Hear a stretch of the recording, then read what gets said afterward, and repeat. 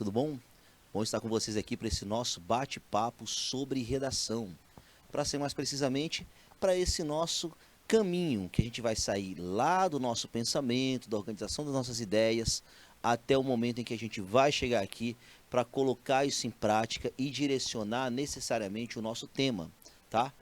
Hoje, pessoal, o nosso bate-papo é um bate-papo mais sobre estrutura de texto, certo? Então conversar um pouquinho sobre uma questão mais estrutural, mais concreta, até mais direcionada. Então é importante a participação de vocês, porque a gente vai trazer aqui elementos que vão fomentar, vão construir, te ajudar a montar o teu texto. Às vezes a aula é até um pouquinho chata, porque a gente vai direcionar aqui para algo específico de gramática, de direcionamento, mas você vai ver que no momento em que você começar a usar esses elementos, isso vai ser uma clareza na sua vida, vai te direcionar de uma maneira bem interessante para que você consiga montar um texto bom, um texto rico, um texto com uma linguagem muito interessante. Esse é o ponto importante que a gente vai determinar aqui.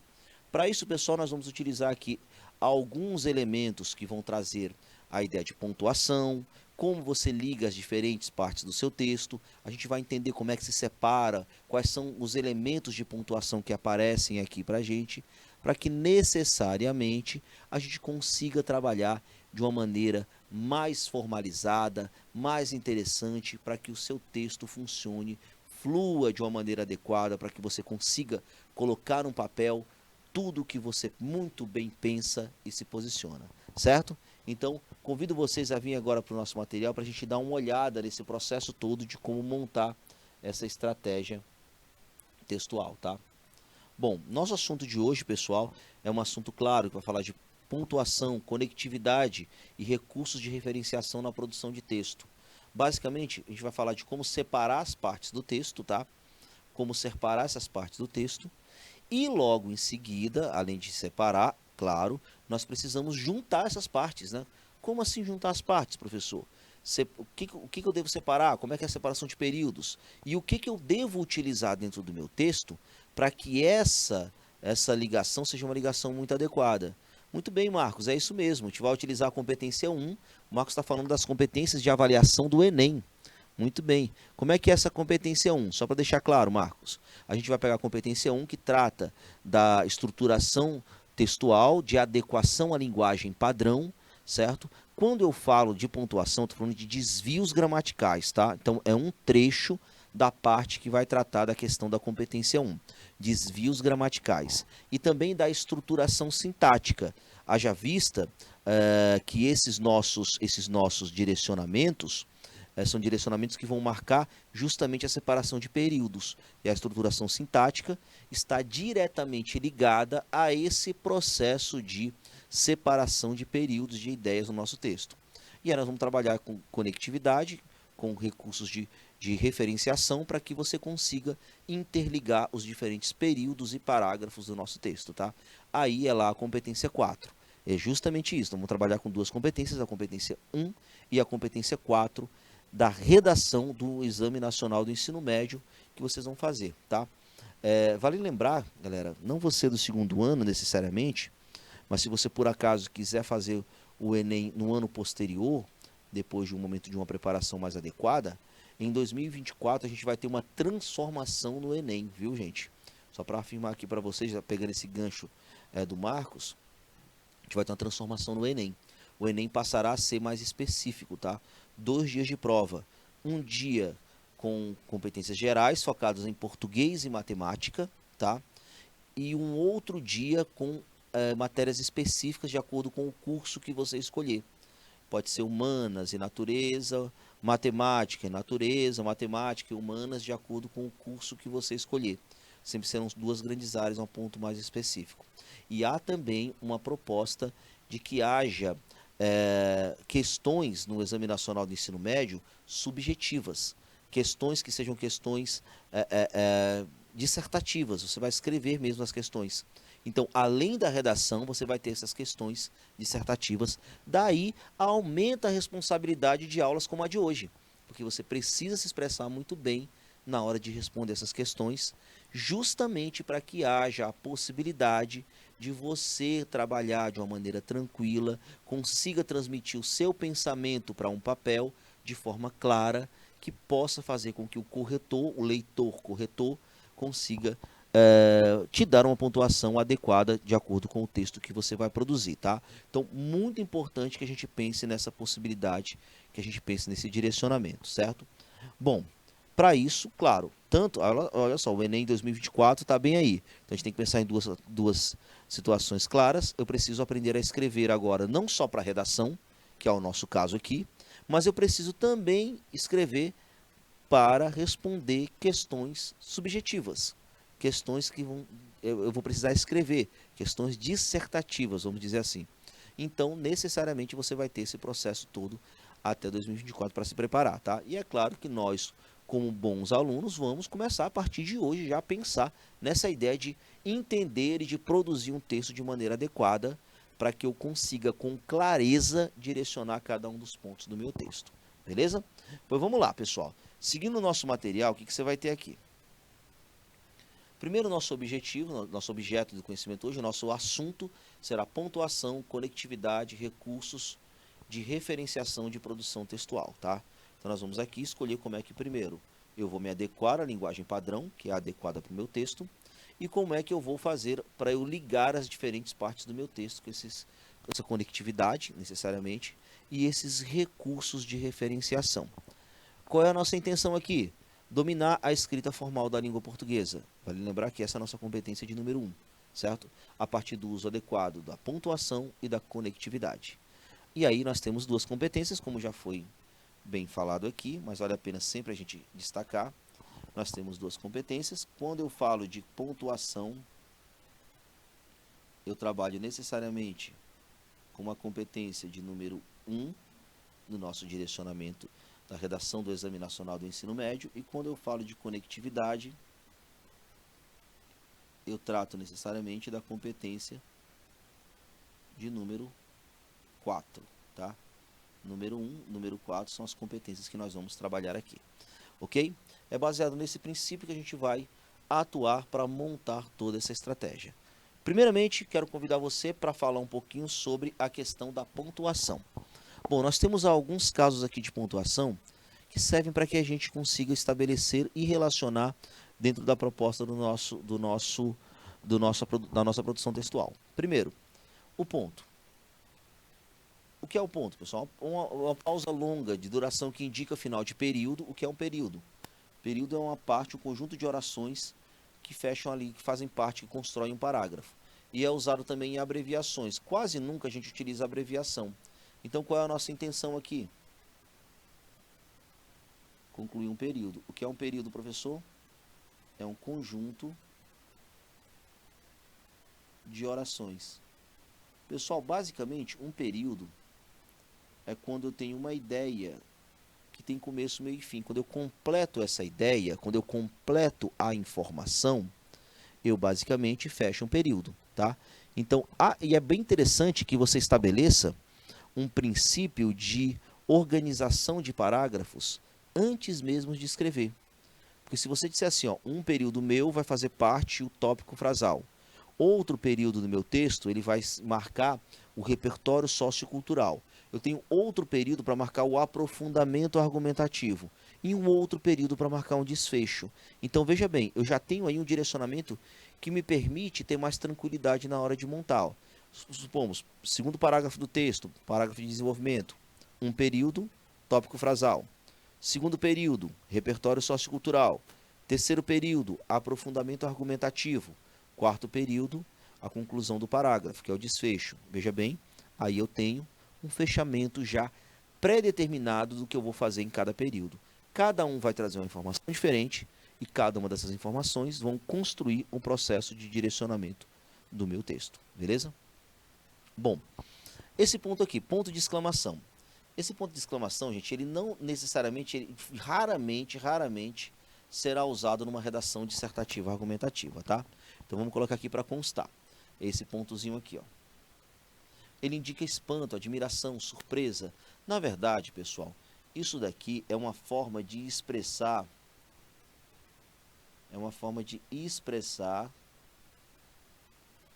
uma reação, expressa uma reação pela escrita. Então, assim, como é que eu vou marcar? É uma entonação, é uma surpresa, é uma admiração. Então, quando eu vou marcar essa reação, eu vou marcar.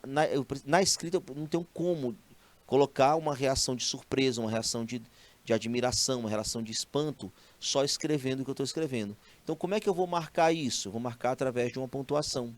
Pontuação essa que vai ser representada pelo ponto de exclamação. Então, ponto de exclamação nada mais é do que uma representação escrita de uma reação humana, tá?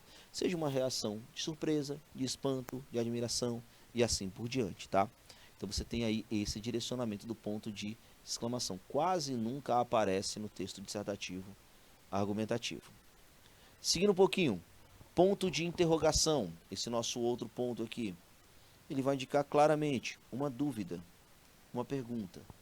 Professor, no texto dissertativo argumentativo, cabe a pergunta? Cabe, mas com um compromisso, ó. Vou até colocar uma pequena óbis aqui para você não esquecer. Uma pequena óbis.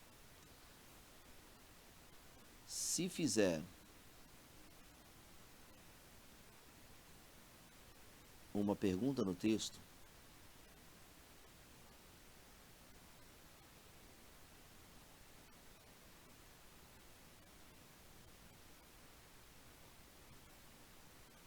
não deixe de respondê-la.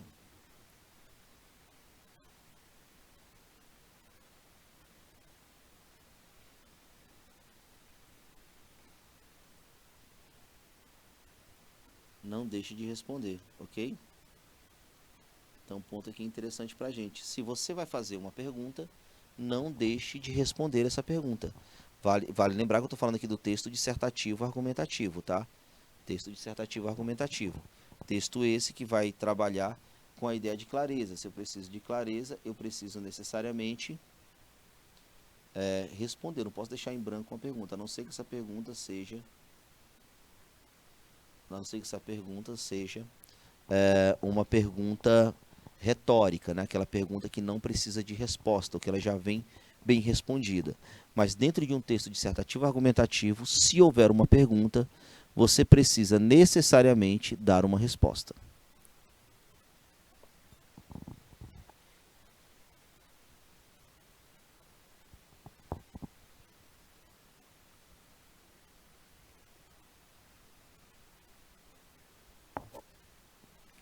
Baseado nisso, vamos continuar aqui. Outra coisa interessante, ponto e vírgula. O ponto e vírgula, ele vai ter uma pausa moderada, mas eu acho que essa aqui é muito simples. Na verdade, pessoal, o ponto e vírgula, vamos colocar aqui um conceito mais adequado. O ponto e vírgula, ele é uma vírgula diferenciada.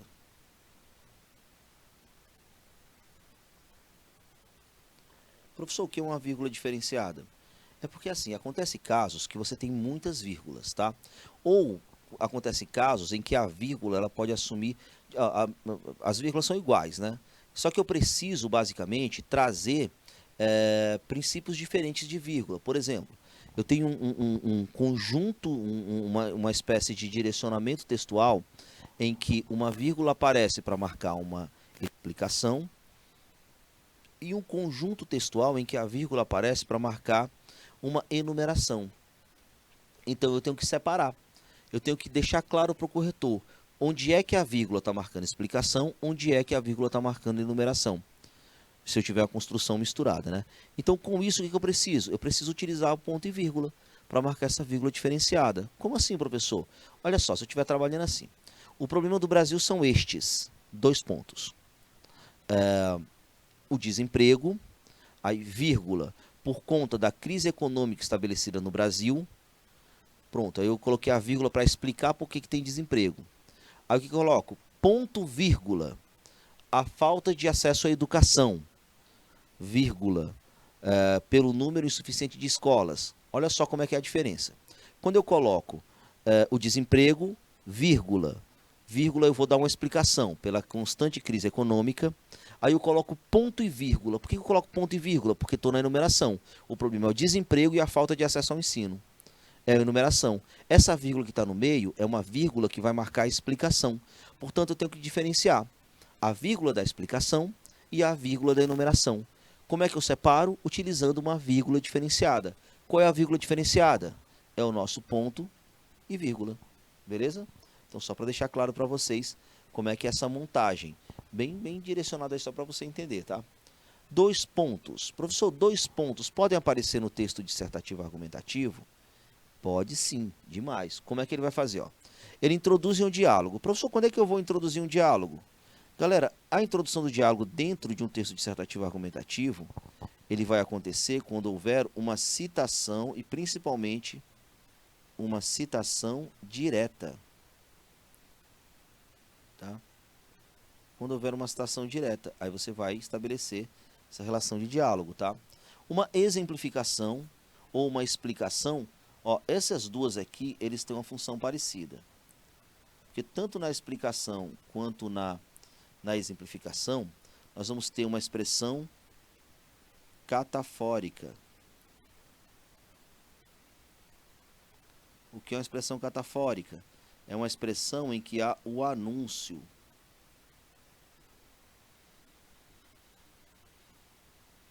É uma expressão em que há o anúncio, tá? Então, eis aqui o direcionamento que a gente vai montar o nosso texto, beleza? Pronto, entendido aqui essa lógica, o que eu vou fazer? Aí eu vou montar agora, vamos perceber aqui as nossas questões dos outros pontos. Reticências. A reticência, pessoal, não aparece no texto dissertativo argumentativo, viu? Inclusive é um erro se você colocá-la. Por quê, professor? Porque você tem que colocar tudo no seu texto. Você não pode deixar algo em branco, algo subentendido. Você tem que colocar algo de forma clara. Então, promove uma interrupção na frase, indica hesitação, dúvida ou mesmo um questionamento, uma frase inacabada. Isso não pode aparecer no seu texto dissertativo argumentativo, tá? Por quê, professor? Porque isso significaria que você não colocou tudo no texto. Dessa forma, faltaria clareza, e se faltar clareza, você tem necessariamente um problema no seu texto dissertativo argumentativo. Travessão, olha só, indica um diálogo ou dá destaque a um elemento da frase. Nós não vamos trabalhar com o diálogo no texto dissertativo argumentativo. Então, o que vai acontecer? Ele dá destaque. Na verdade, pessoal, o travessão, ele também é uma vírgula diferenciada.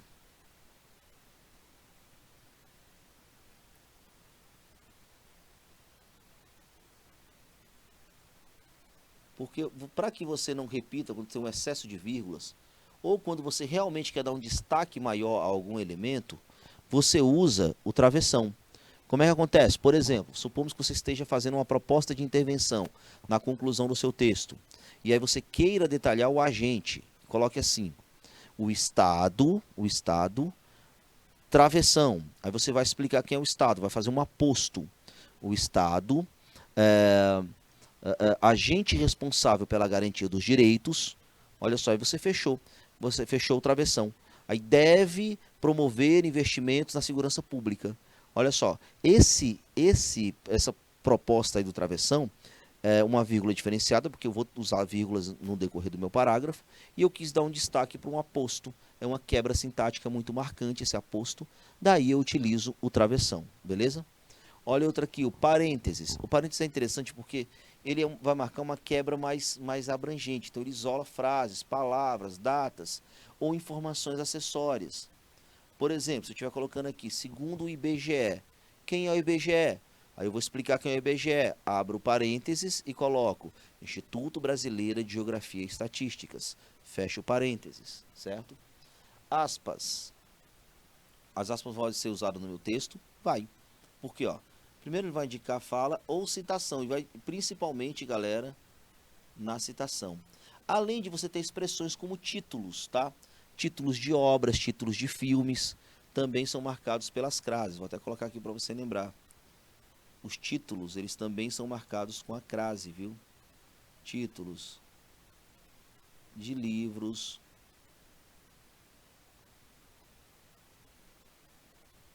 de filmes, entre outros, né? Você consegue marcar aí uma série de questões que vão envolver essa questão das aspas. Dentro do nosso texto dissertativo argumentativo, ele vai aparecer principalmente em citações e em títulos, tá? A vírgula, este é a marca de pontuação mais utilizada para a gente.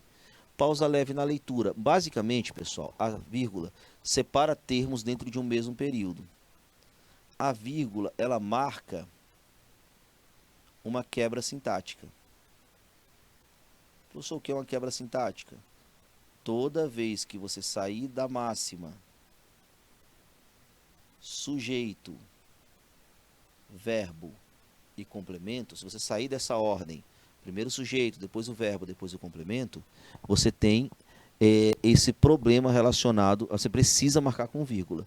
Se aparecer alguma coisa antes do sujeito, dentro de um período, ou se aparece entre o sujeito e o verbo, ou entre o verbo e o complemento, essa quebra sintática deve ser marcada por vírgula, ok?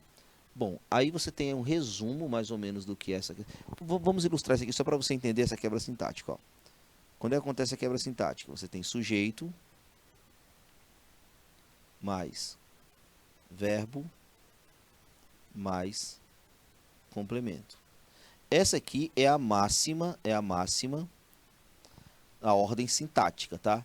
Então, o que é que acontece? Se aparecer alguma coisa antes do sujeito, você vai marcar com uma vírgula. Se aparecer alguma coisa entre o sujeito e o verbo, vírgula, vírgula.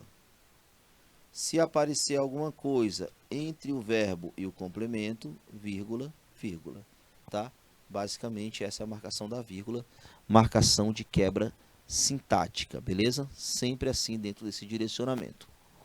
Bom, entendido aqui a parte da pontuação, já vimos aqui, bom, você precisa separar, vou separar dentro os períodos através do ponto seguinte, né? Vou utilizar o travessão quando eu precisar fazer uma quebra mais rápida, tipo no aposto, uma quebra mais evidente. Vou utilizar aspas sempre em citação ou em títulos de livros. Reticências eu não vou utilizar, certo? E assim você vai montando sua estratégia para criar o texto de maneira muito adequada, tá? Bom, direcionei aí para esse ponto, o que nós vamos fazer? Vamos agora falar um pouquinho sobre coesão, tá? Porque agora nós vimos como é que eu separo as partes. Beleza, eu entendi como é que eu separo, mas agora como é que eu junto essas partes? Como é que eu vou fazer com que elas fiquem mais próximas? A coesão textual é um fator que sempre deve ser levado em consideração quando estamos redigindo. Os elementos coesivos são importantes para garantir uma boa sequenciação. Veja bem, por que eu preciso de coesão? Para que haja sequenciação, tá? Para que haja sequenciação dos eventos dentro de um texto e, consequentemente, contribuem para uma eficiente articulação das ideias. Esse é o ponto importante. Eu preciso articular bem minhas ideias, ligar bem minhas ideias para que haja justamente clareza.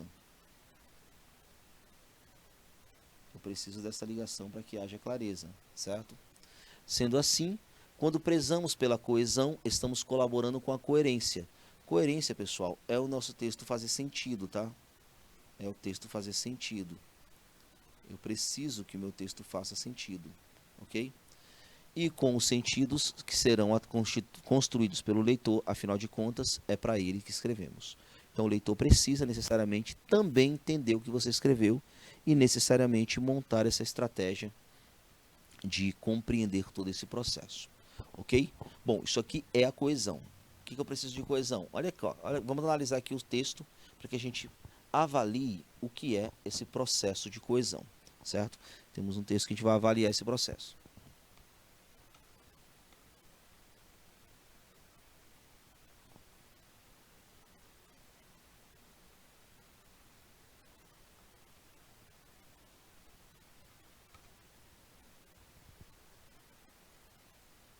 Veja bem, vamos ao texto. As crianças brincavam depois da aula. Era sexta-feira e todas estavam reunidas no parquinho. Corriam, desciam escorregadores, subiam no trepa-trepa, giravam na roda e, a despeito da chuva que se anunciava, elas continuavam se divertindo.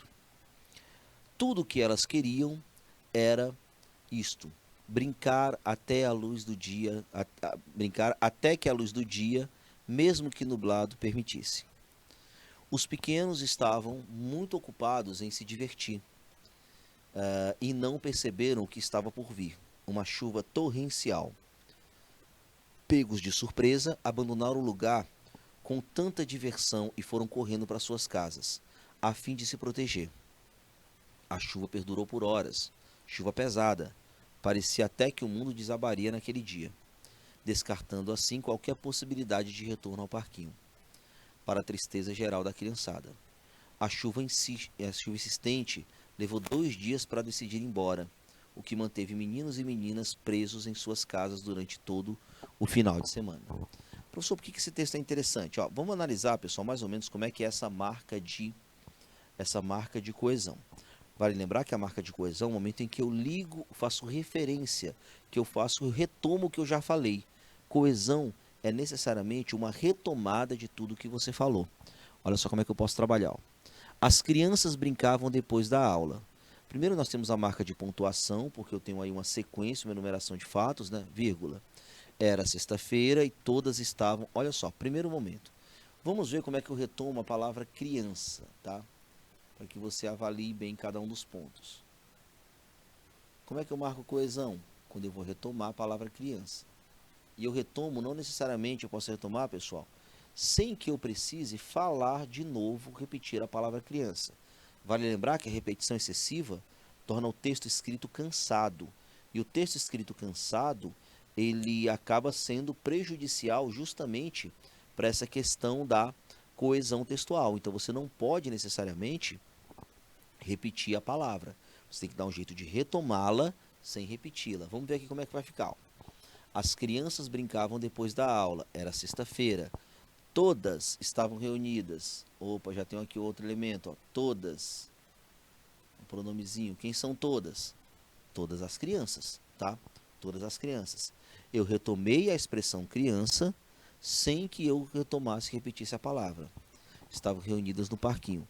Corriam, desciam escorregadores, subiam no trepa-trepa, giravam no roda-roda e, a despeito da chuva que se anunciava, elas continuavam se divertindo. Opa, outra expressão coesiva. Estou retomando o que eu já falei. Agora a partir do elas. Elas continuavam se divertindo. Tudo que elas, de novo, ó. Tudo que elas queriam era fazer isto. Brincar. Aqui eu tenho um processo catafórico, tá? Já vou retomar esse isto, tá? Para você notar. Brincar até que a luz do dia, mesmo que nublado, permitisse. Os pequenos, opa, tudo isso daqui eu estou retomando crianças, tá?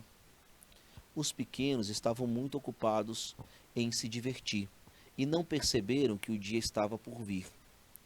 Uma chuva torrencial. Pegos de surpresa, abandonaram o lugar de tanta diversão e foram correndo para suas casas, a fim de se protegerem. A chuva perdurou por horas, chuva pesada. Parecia que o mundo desabaria naquele dia, descartando assim qualquer possibilidade de retorno ao parquinho, para a tristeza geral da criançada. Olha só como eu sempre retomo a expressão crianças. Criançada. A chuva insistente levou 2 dias para ir embora, o que manteve os meninos e meninas... Opa, outra expressão aqui que retoma. Ó.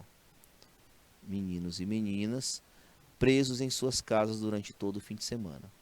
Note que eu tenho a todo momento uma retomada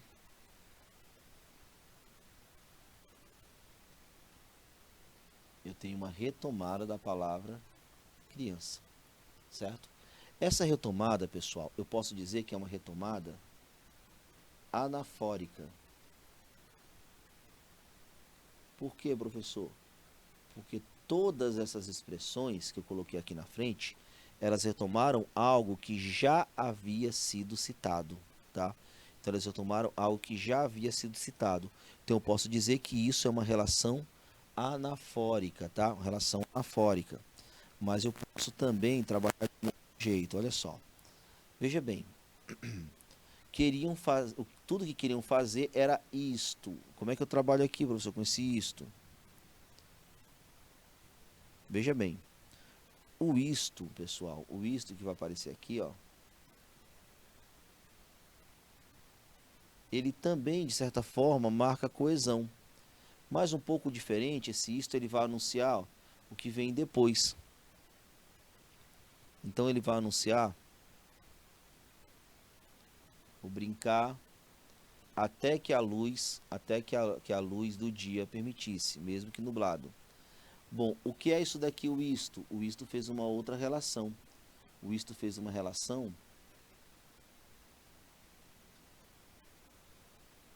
catafórica, tá?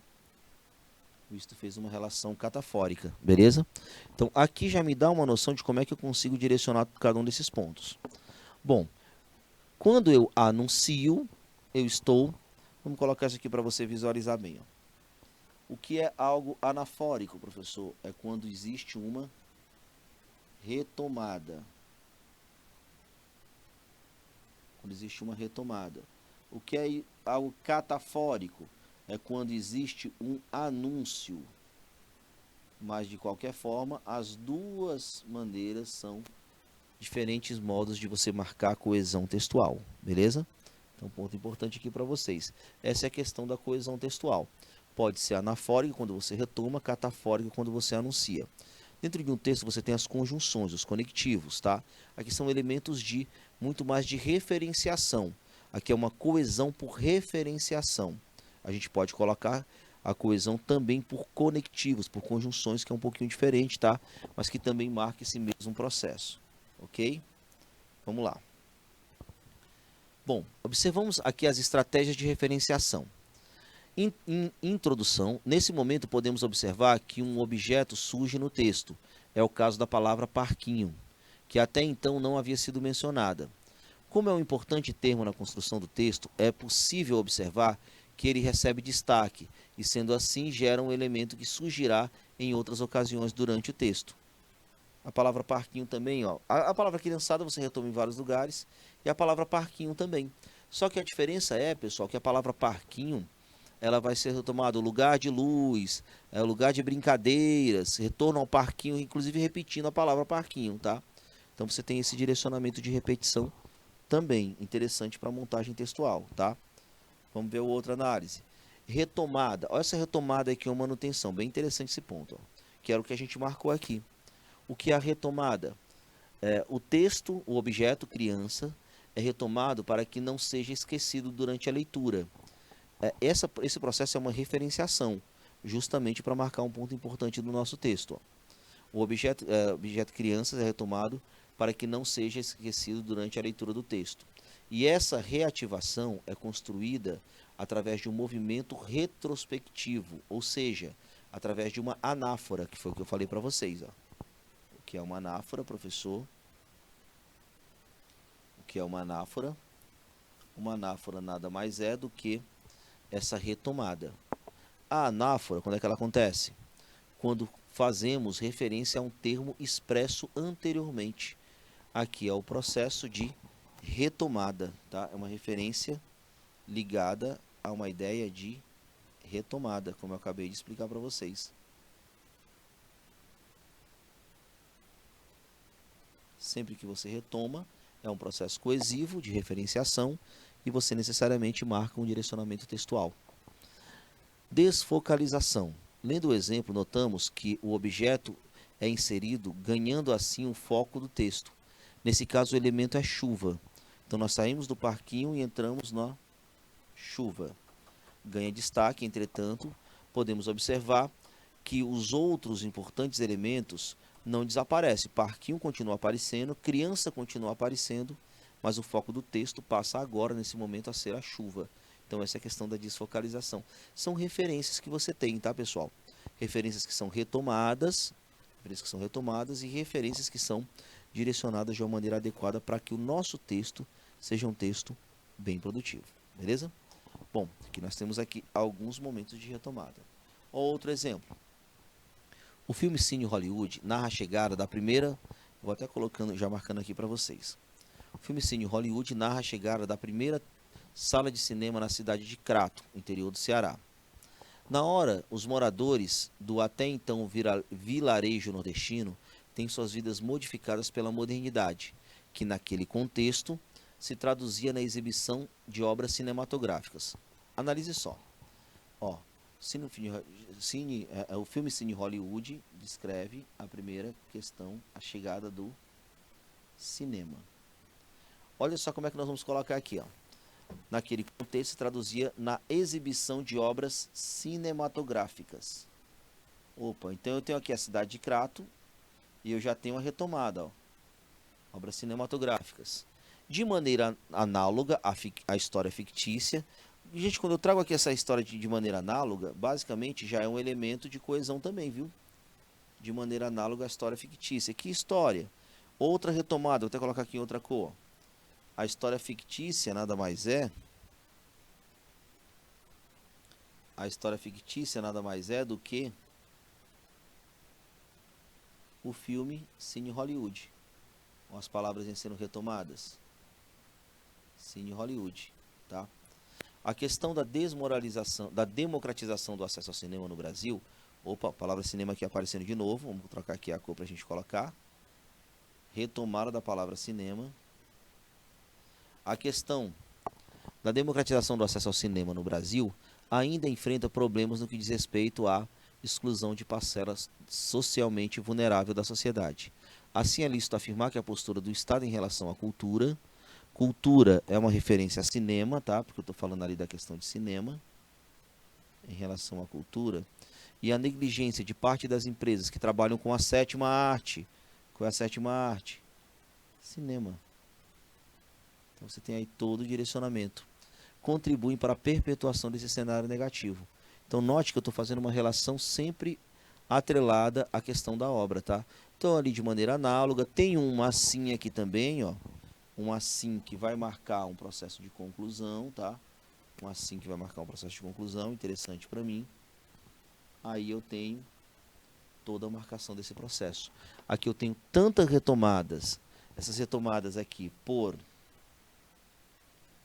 referenciação anafórica, tá?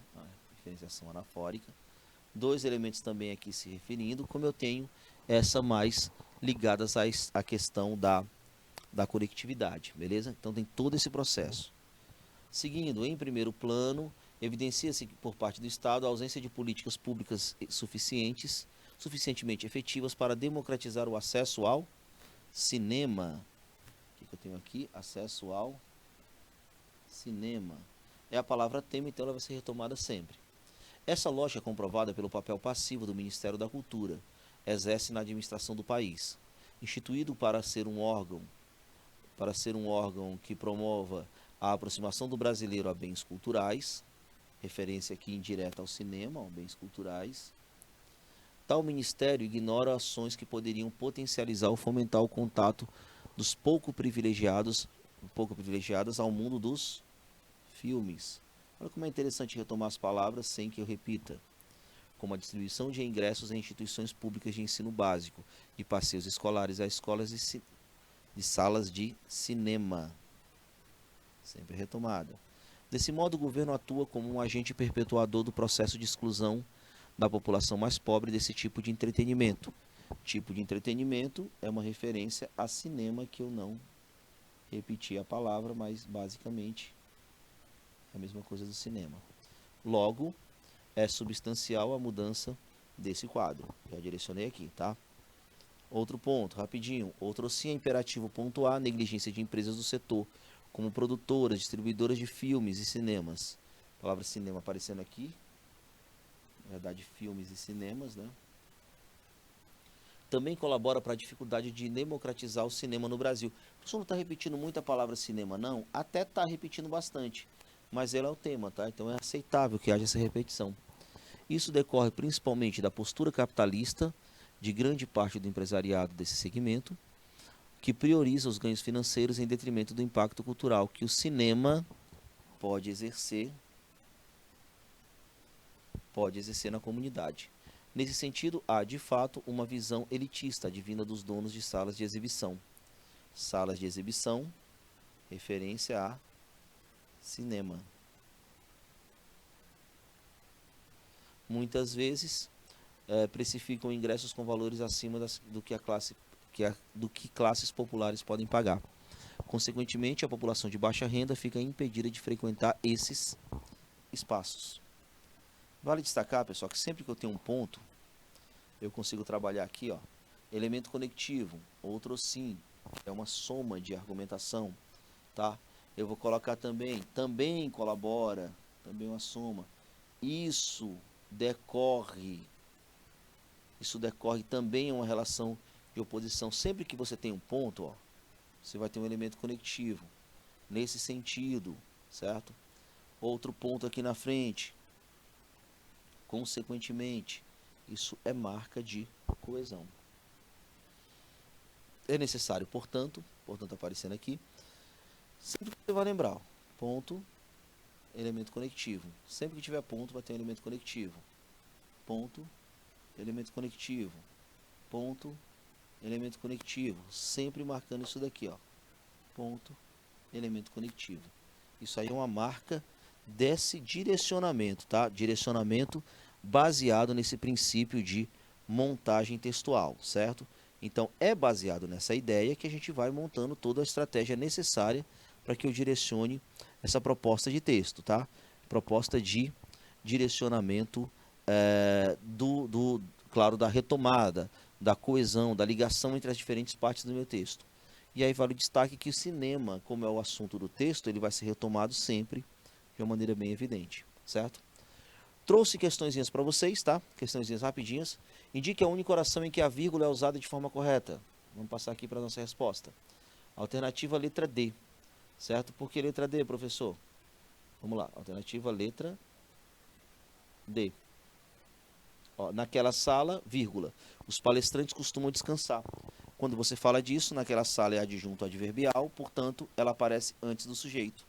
A vírgula é uma marca de quebra sintática, beleza? Então, ela está adequada. Temos aí a adequação de cada um deles, estou deixando aqui no material para você, e deixando mais uma questãozinha, convidando você para que responda também, para que necessariamente você consiga aplicar todo o conhecimento que a gente aprendeu aqui, beleza? Eu me despeço agora de vocês, galera. A gente se encontra na próxima. Grande abraço. Até mais.